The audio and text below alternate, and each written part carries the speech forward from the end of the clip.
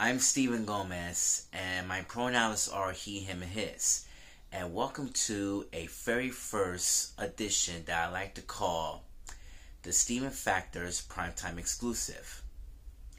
Now, for the first time ever, the Steven Factor is heading a prime time. And the reason why prime time is the only time that people want to see the interviewers like you never seen before, including people who want to become role models, teachers, songwriters, comedians, and so much more. So, for the past 13 years, I've been interviewing during the past, and I decided trying to retool about the people who I ever knew, like in the social media, or even somewhere out there in the streets. Or it could be you, to become as a future star. Now, for 13 years, I've been interviewing so many YouTubers across the state, including Jonathan Rios, Demetrius Scott, Emily Whitfield, Martin Roche, and Brittany Wright. And I had said to myself, what if I could do it in primetime exclusive to interviewers about what are they doing right now? What's the creation of their imagination? And that's how I've been doing this for a living. Interviewing people who I really know. Or interviewing with strangers. Like you never see them before. And that's how I've been discovering all the social media, both YouTube, Facebook, and Instagram, to see who are people who are really inspired and the community. Now, on this tonight's primetime exclusive, I'm going to interview one of the biggest persons that I really know, and he loves Barney, the #1 fan of his life, and his name is Jackson Gates. You already see him on the documentary series of Peacock's I Love You and You Hate Me, and also he decided to take action from the Mattel without the creator of Barney's consent. And he was right. Barney doesn't belong on the animated reboot. And I was one of them. I used to watch Barney when I was a kid. Even I love his voice. Oh, super duper. Oh.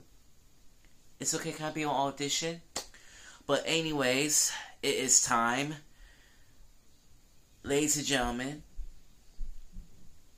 grab your friends, text your friends, grab the LGBTQIA plus community, your family, sit back and relax and enjoy the ride. This is the Steven Factor's Primetime Exclusive with Jackson Gates. Enjoy.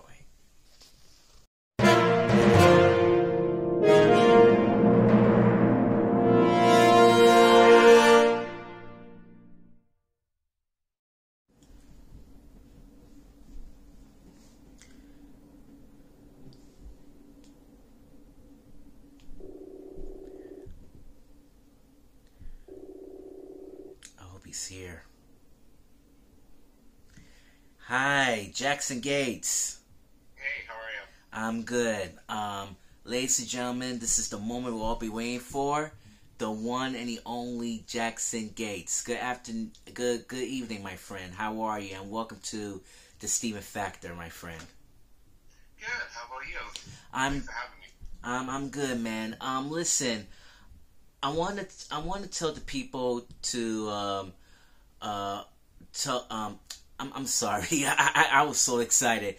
I want to tell the viewers about yourself, and also, oops, where are you? I want to tell you. I want to tell the viewers tell about yourself, and also give me your pronouns as well too. So you're on the floor, buddy. All right, so name Jackson Gates. My pronoun are he, him, his.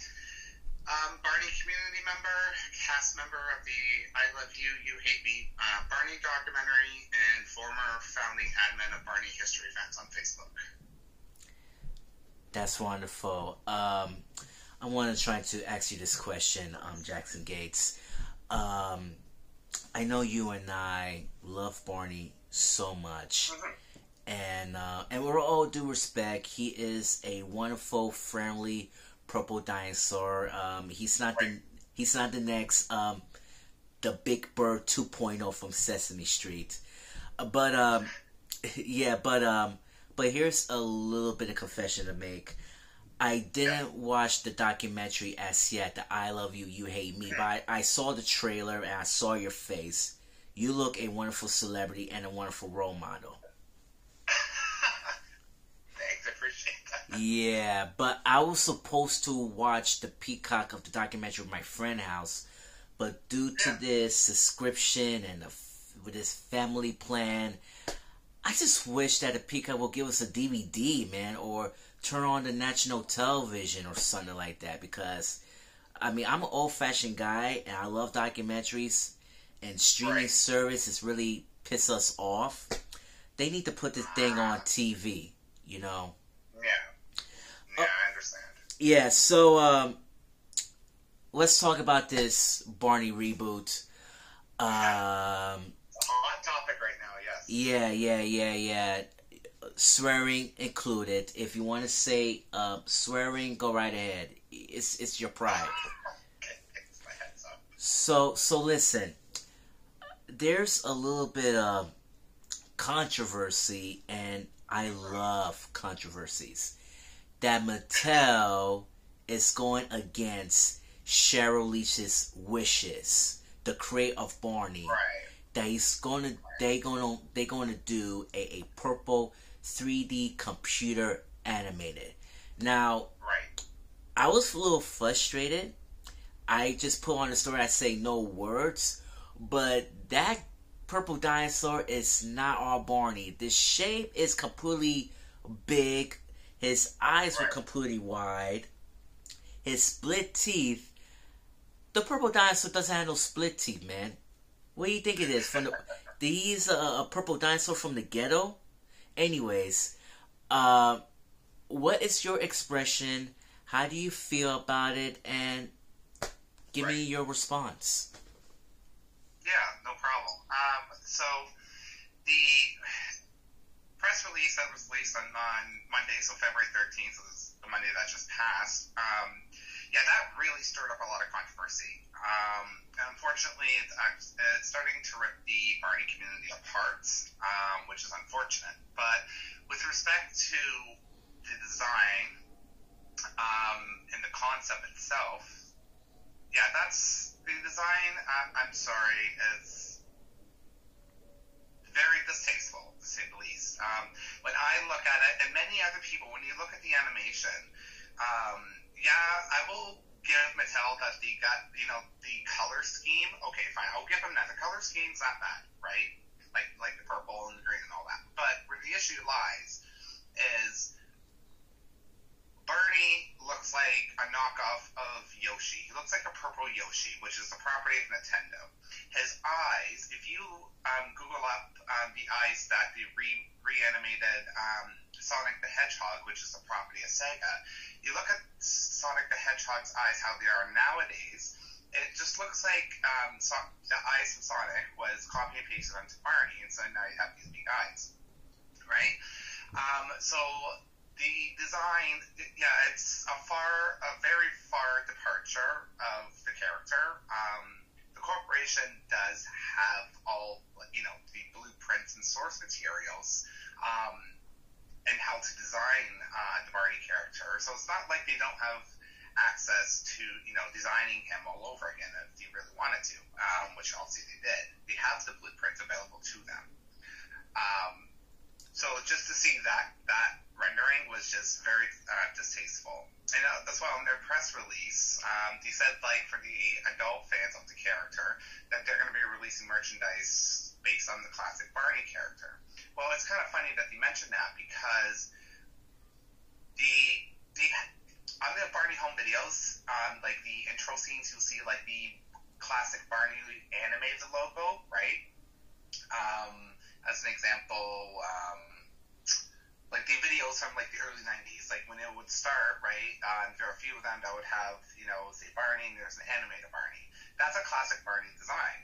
So if you really wanted to go down the animation route, which is what they're doing, you could have at least rendered that Barney animation based off of the classic Barney animations that was used in home videos. That probably would have made it less criticism on it. But the concept itself, Barney only works live action. That was the main ingredient to the recipe for Barney's success, was live action. And you know, like, people said, like, today's generation of kids, you know, with animation and all that. But here's the funny thing. I know many kids of today's generations who have been introduced to Barney and is still, like, in love and mesmerized by the character in this live-action format. So it is still proven today that his live-action format still works. And on top of that, you know, when the Blue's Clues revival happened, the movies, right, they made it live action. That was tremendously successful, in my opinion, from what I saw of the Blue's Clues revival. And then, even more importantly, like, Sesame Street is still going on to this day. They're still producing new content. As far as I'm concerned, unless times have changed, which I don't think we have, but as far as I'm concerned, Sesame Street is still live action, and they're still wildly popular amongst kids and wildly successful. Mm-hmm. So live action still does work. So in my opinion, there was no need to deviate from the live action portion of what made Barney great to begin with. And as well, when you reboot something, you reboot a show or a character or a franchise, you gotta honor what came before it. And when you don't honor what comes before it, that's just setting you up for failure as well. Mm-hmm. I agree on that. I'm very agree. As a Barney fan and a Blue's Clues fan for myself, I think that live action is the most important thing rather than the animation. Now, as you may know, if you make animation, they're money makers. You know how the toy industry is. When you watch the TV, you can see what shows coming on, like Transformers, G.I. Joe, Ninja Turtles, and after that, when they saw the show, they're making toys. And back in the 80s and 90s, they made a television global phenomenon, like the Power Rangers, Yu-Gi-Oh!, Dragon Ball. They're all money makers. And we don't know who that people are and who are the characters are. They already know what kind of the toys, what they really look like. Yeah, so that's what it is. So, anyways, it's yeah, man, in this world, all I'm meant to say is, if Mattel wants to do the computer animated in their new formula, it's that this is not their decision, it's the people's decision, including the Barney fans. And you were... Yeah, go ahead. Well, here's the funny thing that you mentioned that, because representatives from Mattel are online in the Barney community, reading, seeing what people are saying, what people are posting, taking notes. So, like, they're well aware. But unfortunately, they're not really listening to anything that they've learned or anybody they've spoken to, myself included. I've had many conversations and run-ins with Mattel with respect to this franchise since 2021. It just looks like everything is kind of blatantly ignored when it comes at least to the the animation TV route.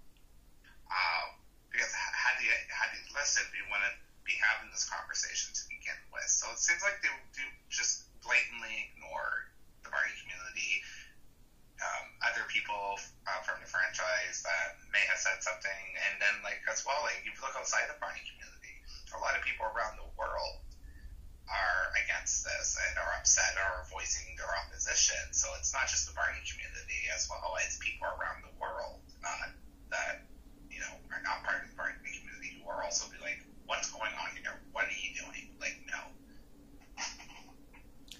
Whew. That's why Mattel are money grabbers. They can do shit about it. Corporation, of course. Yeah.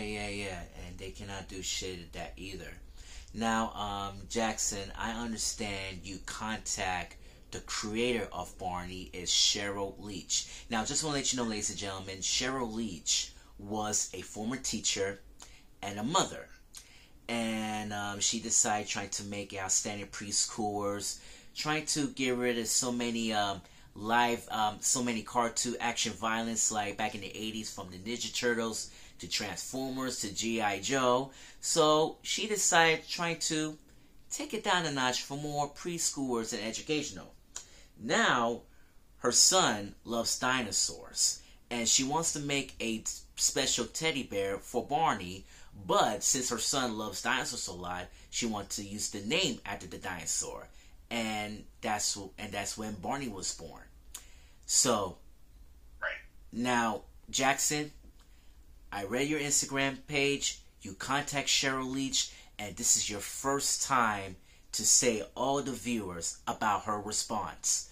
What's her reaction, and what she said to you? Well, here's a funny thing. I haven't got a response yet from her. I've attempted to reach her. I sent her a nice heartfelt message, and I let her know who I am and why I was contacting her, and invited her to have a one-on-one private conversation with me. I haven't got a response yet. That's the thing. Okay. But I'm still how I tried to reach out to her. I'm still keeping an eye on that, waiting for her to contact me. But you got to keep in mind with Cheryl though, as much as we love her, she does keep a low profile. She's not very vocal of anything when it comes to the Barney character, especially after an incident concerning someone in her family back in 2013, and I would assume more so now since the Barney documentary aired. If you've watched the documentary, you'll probably piece together what I'm hinting at there. So she does keep, like a lower profile, and she's not an easy person to get a hold of. Okay. But every effort was made to contact her. I'm just waiting to see if she'll respond. No guarantee that she'll respond. If she does, great. If she doesn't, well, there's nothing I can do about that. But I have tried to reach out to her to have a conversation about what's happening here. And even though, like, Mattel owns the character currently, and, she's just, the honorary historical title of Barney's creator or Barney's mom, because, well, obviously she doesn't own the character no more. But her voice would still have weight with Mattel. Mattel would talk to her if she were to approach them, I would imagine, because Mattel knows who she is, right?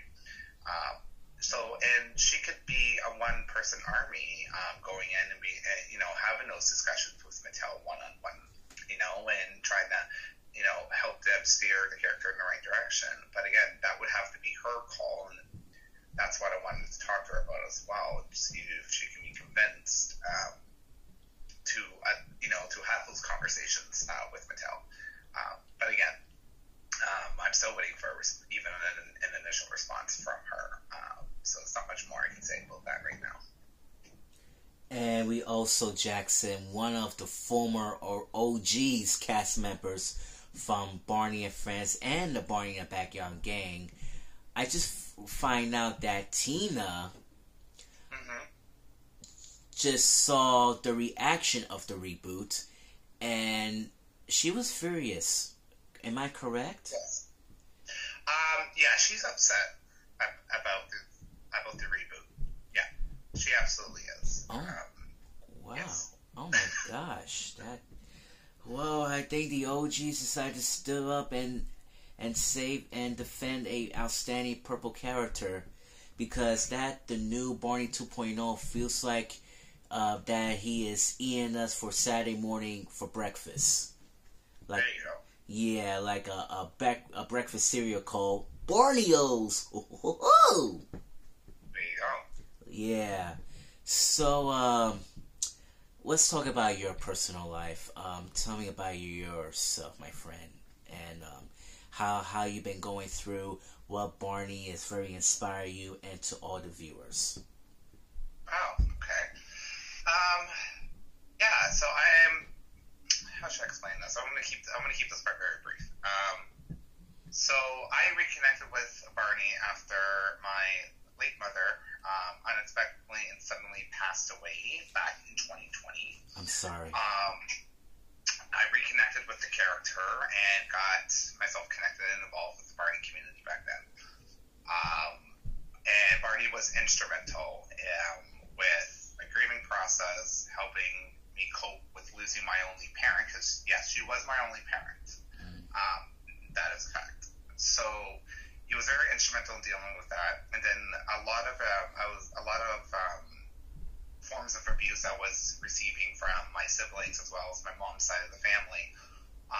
He was very instrumental in helping me, cope with that, deal with that. Barney was very instrumental. This part it's not a well-kept secret. Everyone that would see this, who knows me or knows of me, would know this. So it's not a shock value.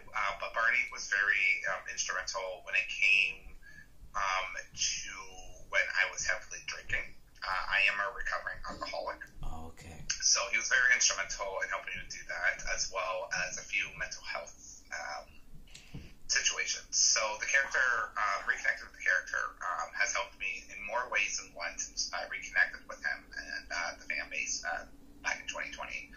And I hold him very close to my heart. I have served the Barney community with doing various things valiantly over the years as well. I have advocated for Barney. I have advocated for Barney with Mattel since 2021. I've done everything I could, to provide for the fandom and, make connections, make inroads, and just do various projects and various commitments, right? To keep the Barney community entertained, engaged, and talking amongst one another, and stuff like that. But yeah, so that's in a nutshell. And even when I do have a law background, I have a law degree. So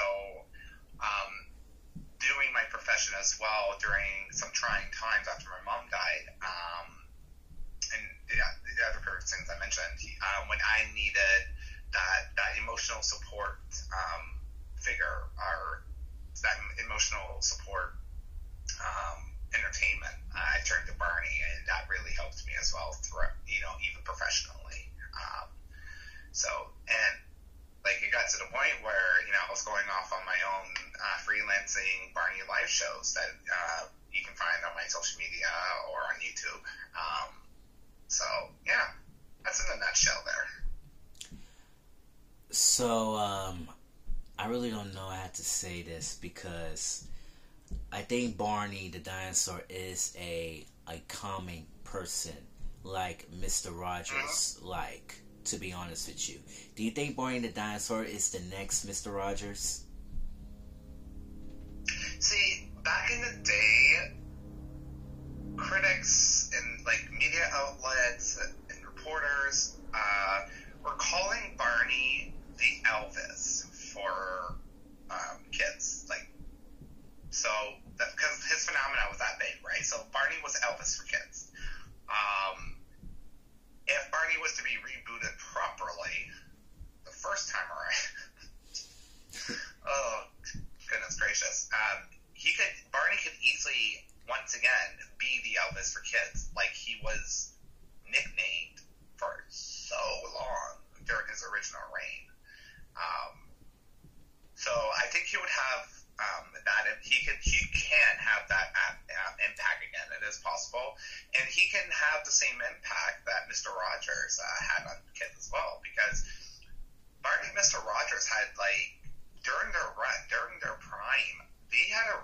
impact on children's television and children alone. They had such an impact. Mr. Rogers was around for a while, and yeah, he had as much as an impact on children and even adults as Barney did, just in their own way, obviously. So yeah, the potential is there for Barney's comeback to be that great again, where he can be back up there in the same tier as Mr. Rogers, or being nicknamed the Elvis for kids all over again. It's very possible, but you gotta adhere to what made the IP great to begin with, and listen to what the community is telling you. Because what the community's been trying to tell Mattel, if Mattel actually just listened and not ignored, as well take all the blueprints, the source materials, that everything that they have on the character, right, in their secret vault there at headquarters. They could. I know corporations are all about cashing in and making money, and it doesn't matter who they upset. That happens all the time. Mm-hmm. But at the end of the day, if they were to just do the opposite of what they're doing now, they can still make their money. They can still cash in on this IP, absolutely. But the difference would be they would have a major success on their hands, like Barney was originally, and on top of that, there wouldn't be this many angry people. So it's a win-win. It's a win-win for everybody. But unfortunately, they're not seeing it that way, and that's a downer. Jackson, Barney is a global phenomenon, but also over the weekend, I saw the clip from WABC Eyewitness News back in 1993, I think. They doing the safety episodes of Barney. Now this little girl, it's been revealed that one of the house has been fired, so she called 911 and the firefighters showed up, and it's been revealed that she got it from Barney. And I think that this show inspired us to tell the people that we need to be safe as well. Never talk to strangers and don't play with fire and etc. I think the show is not that bad. No, the show, Barney was a trendsetter. The reason Barney stuck out so much and he was a phenomenon was because he was a trendsetter. He deviated, well, I shouldn't say deviated, that's the wrong choice of words, but he did things, the show did, and the IP, the character, they did things that Sesame Street never did, that Mr. Rogers, Mr. Dress Up, Big the Recovery Coach, other children's characters, they were doing what they were not doing, and Barney, was a trendsetter in that way, and Barney was unique, very unique, and very well received. So, yeah. But, some of the episodes don't like to do, like darker segments, like death, or even, talking about racism, and that's why Barney don't want to do focus on that, because it might be trick for children. But yeah, go ahead. No, you go ahead. Yeah, but Sesame Street, well, they talk about death about Mr. Hooper, and talk about racism as well back in the mid-90s. And Mr. Rogers also talk about death as well. And also what's going on in the community, like MLK assassination. And they talking about that in 1968 when Mr. Rogers were aired. And I think that the darker segment was the most important, but also the children should never watch alone. You have to be there with the parent. And when the show ends, let the parent talk to the child and discuss it. Yes, exactly. And, that's... So when Barney was around, Sesame Street was taking care of that, right? Yes, sir. Sesame Street has always done I'm not a fan of Sesame Street. I never got into it. I'll accept that.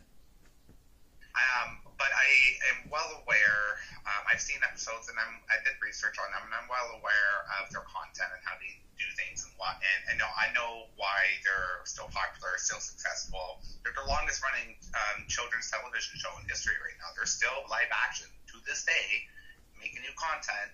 And kids are still balls to the wall with it. So live action is still successful. Don't think otherwise, because if people say it's not successful in today's day and age, that's not true. But Sesame Street, they took care of all those heavy topics, right? Mm-hmm. They always have, like the instances that you mentioned just now. So with Barney, that need for that part of educating children was already being fulfilled. And Mr. Rogers, yes, absolutely. So they didn't have to go off of that. They didn't have to include that with the Barney character, and they recognized that. And so that's why Barney was, he did things completely different with the entertainment and education aspect of the character. And that's, in a way, that's how Barney was a trendsetter. That's what made Barney stand out. That's what made Barney great, unique, right? Because they were doing what no one else was doing. And then what the other IPs were doing, that need was being fulfilled. So Barney didn't have to fulfill those needs that the other IPs were doing, right? It was well covered. So, having Barney do his own thing and do completely different was what made him great to begin with, and that's what made him stand out. I like that. I very agree on you for that too. So moments ago, you doing some outstanding children's birthday parties dressed as Barney, right? Yes. So I've done that. I've done public shows for various events. Yes, I have done that. Do you have a real legit costume for Barney, or just any kind of costume that you have? So the costumes I use are ones I get built. But not a same costume that we watched before. Well, I don't have $30,000 or $40,000 to spare to even think about that. So no. Okay. Yeah. It's okay. Yeah, go ahead. But I will say, I don't think I'll be doing those shows anymore. Oh, really? Yeah. So I think I'm taking a respite from doing stuff like that. There's just been a lot that's been going on, and I need a break. And then, of course, there's other things going on in my life. As an example, I'm using my law background to go and serve in the Canadian military as one of their intelligence operators. So I have my next meeting with the Canadian Armed Forces in a couple of weeks at one of their offices here in Hamilton. I have other things on the go as well. Yeah, but it was a nice run. So when I did those shows originally, it was a nice run. It was fun to do. It was fun. I had a great time doing it. But moving forward, I still have a new suit coming in. Don't get me wrong. As I've posted on social media, I do have a new suit coming in, but I won't be using it how I have used the other ones. My life is going in a different trajectory right now, and I need to see that through, which means I won't be going back out there doing freelancing, doing tribute shows like that, because those shows were tribute based, right? It was a tribute act based Barney, just like you have the Michael Jackson tribute shows or the Elvis Presley tribute shows. That's pretty much what I was doing. But again, I still have a new suit coming in. But as for me using it, a few weeks ago, I thought I was going to use it for 2023 out there in public and for events and stuff. But some things have developed since then, So, and these things that developed are very important and very beneficial to my life moving forward. So I need to see them through, especially going to work in the intelligence department with the military. That's something that interests me, and that's what I'm going into. So okay. you won't be seeing me doing those shows in the future right now, unfortunately. Okay, no problem. But just want to let you know, we love you, your kids love you, and Barney loves you. That's all I can say. Love you guys and love Barney right back. Yeah. Yes. Can you do the voice of Barney for us, for all the generations I actually everywhere? can't. There are people within Barney's community that can do Barney vocal impressions, like really good ones, whether it's the Dean Wet ones or the Wild West. They're the ones that have helped me out over the years doing those tribute shows. It was never me. I was the body.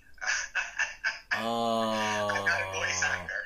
Oh, okay. So, in other words, you're the body in the purple dinosaur suit, while the voice actors who play as Barney do a little bit of recording audio. Well, they're Barney community members, so it's not people from the franchise itself, unless it was already something that was pre-recorded and already released, and then people who have computer skills just mix and match. But there are fan members in Barney's community that do amazing Barney vocals of their own. And that's how I managed. The ones that used Barney's vocals. I had a couple of people from the Barney community who are very good at tech and IT and computer and audio mixing and video mixing and all this fun stuff. So when you would hear the Barney voice, whether it's Dean Wentz or Bob West, it was them splicing together, because all the shows were pre-recorded, right? Obviously. So if it wasn't a community fan member doing the Barney impressions themselves, it was taking existing audio that's publicly available with, from other content for Barney and just, ripping it, and then splicing it together, mixing it all together and making it into a nice track, right? Yeah, it's complicated, but yeah, so that's how I went about doing it. I'm not a voice actor. I cannot do vocal impressions of any kind, doesn't matter who it is. So that's been the wrong person. You know something, Jackson? I think you're a good man. You are completely good, and you did a wonderful job, and I just want to let you know this. I really love you, and love you too. And hopefully that we could do an interview some other time, but also the updates. We need some updates coming. If Mattel will accept it, they will approve it. But here's the question. Do you think they were going to air on PBS or Universal Kids as the parent company of the NBC? I'm very concerned of in 2024. Oh, yeah, that's a good question. No, that's a really good question, my friend. Because streaming is here to stay, right? So Mattel's press release statement, Mattel Television, Nirvana, which is a chorus entertainment company, and it's Canadian based. So we got Canadian based. So I'm in Canada, so there are companies here in Canada where I am that are helping Mattel produce this show. And Mattel said it was going to debut globally in 2024. So that's a really good question, because they're releasing this animated show globally, not nationally. So I don't think they'll be using PBS or networks like that. I think they'll be reaching out or contracting out to Netflix, maybe not Disney Plus, because, well, no, that's not gonna fly. But nah. Mickey's Disney belongs to Mickey Mouse. No, I know, but I don't see Mattel reaching out to Disney to contract them to stream or air their new Barney show on their platform, right? It will. I do know it will most likely be streaming. It won't be on cable. I have a good feeling they're probably most likely going to approach Netflix, only because Netflix is more like a neutral streaming corporation, and by that I mean Netflix airs everything, right? So it's not like Disney that just airs what Disney owns, or it's just not like Crave TV where it's all what Crave TV has the rights to, or Amazon's. Amazon Prime is not as accessible as people think it is, so I don't see them contacting Amazon Prime, but I do see them contracting Netflix to stream their episodes. That's the most likely, because again, Netflix airs everything, and I do mean everything. Whatever Netflix can get their hands on, they'll stream it. And Netflix, it's easy to get onto a Netflix. It's easy to pay monthly to have Netflix. And Netflix is global. Netflix can be accessed anywhere around the world if you have an account with them. So Mattel most likely knows this. So if anything, I see the show being released and being streamed on Netflix specifically. And it makes sense too, because also Netflix does have a dedicated children's profile section for children content. So, and Mattel has authorized Netflix to, at least in the States, stream the park era seasons of Barney already. So they already have an existing relationship in regards to streaming their content. So I have a good feeling it will be on Netflix when it comes out. Hey, listen, Jackson, I will give you a family-friendly bet, and there's no money required, okay?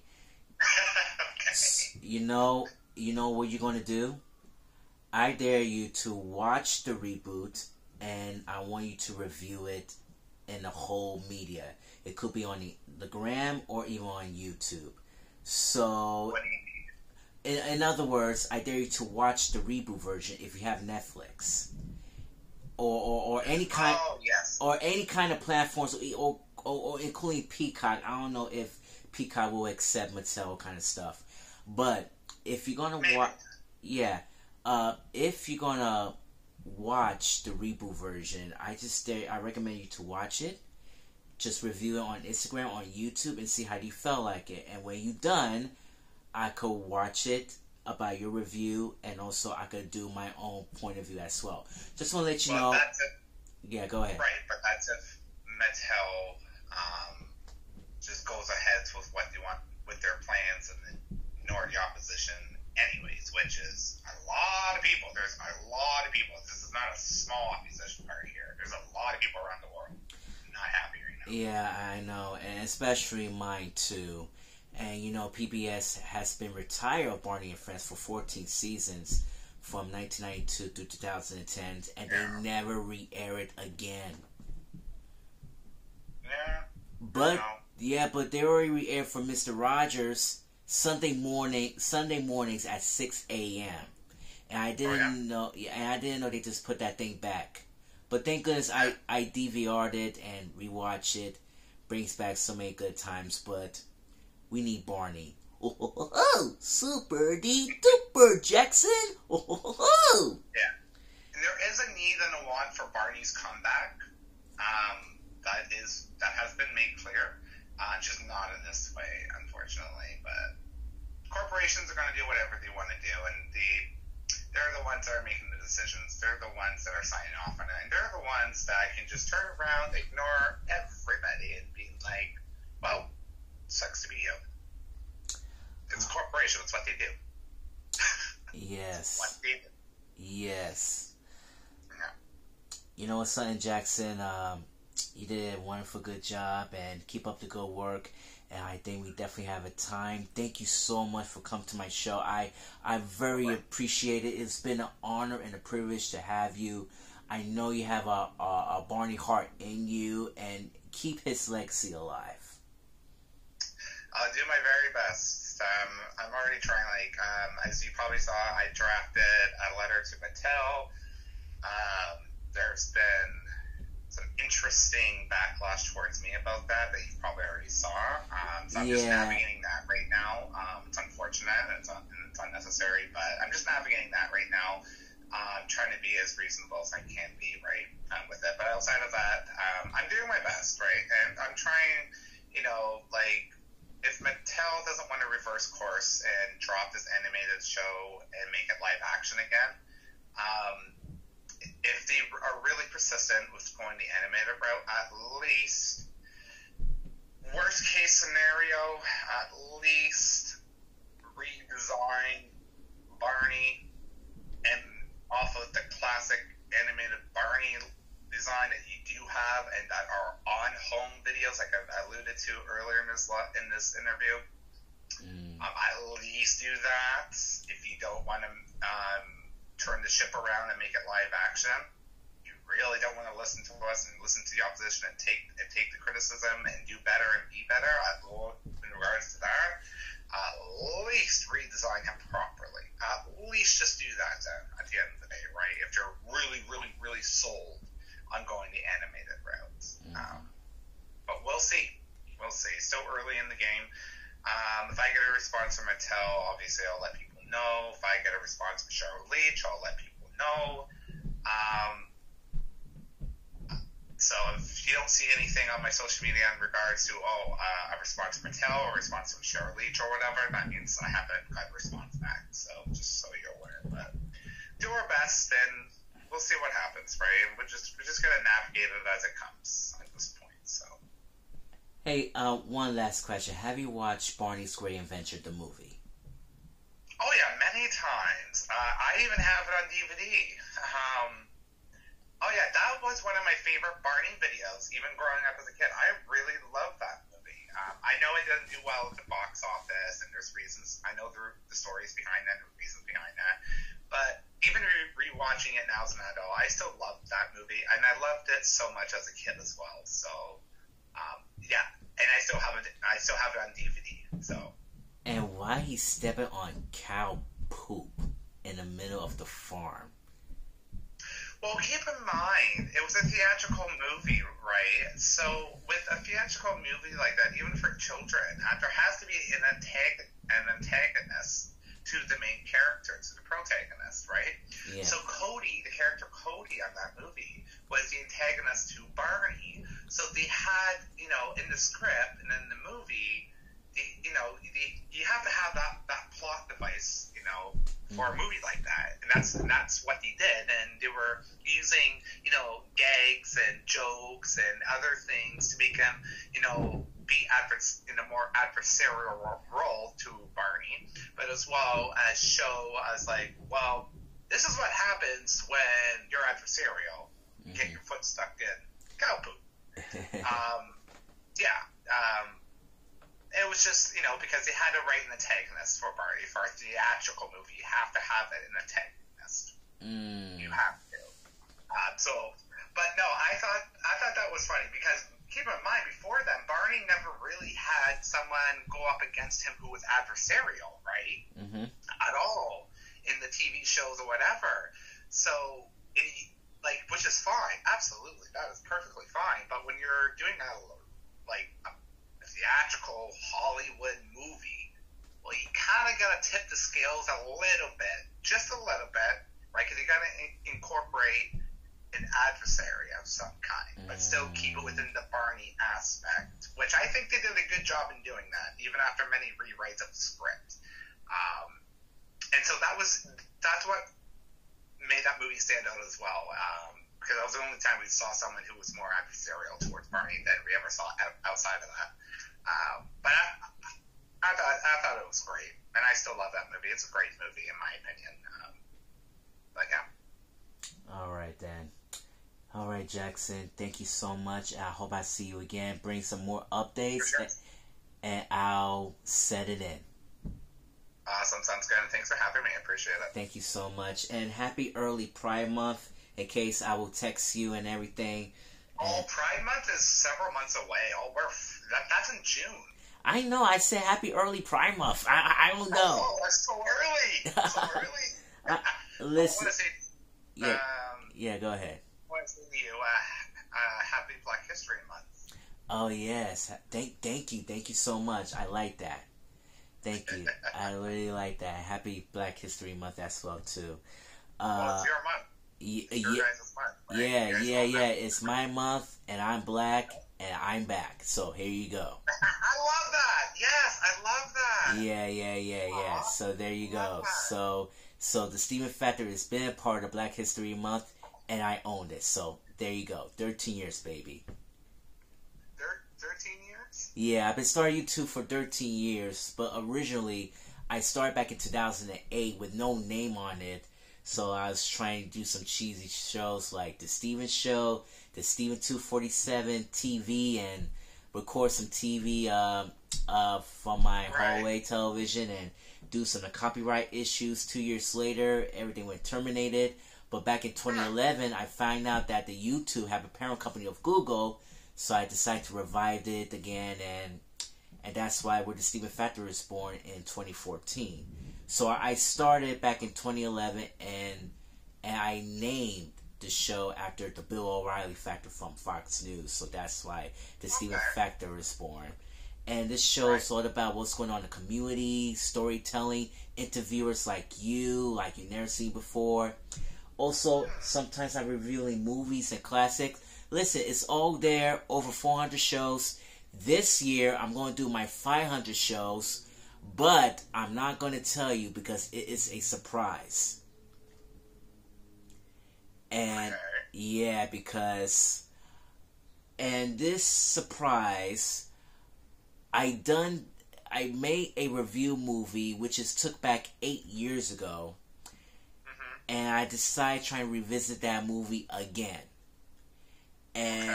But you had to keep your eyes peeled because I had to do my birthday announcement. So just keep your eyes peeled, Jackson, and I will send you the link too. Okay? Yeah, sounds good. All right. Thank you so much, Jackson, and I'll see you when I'm seeing you. See you on the flip side. Thanks for having me. Appreciate it. All right. Take it easy, my friend. Bye. Bye.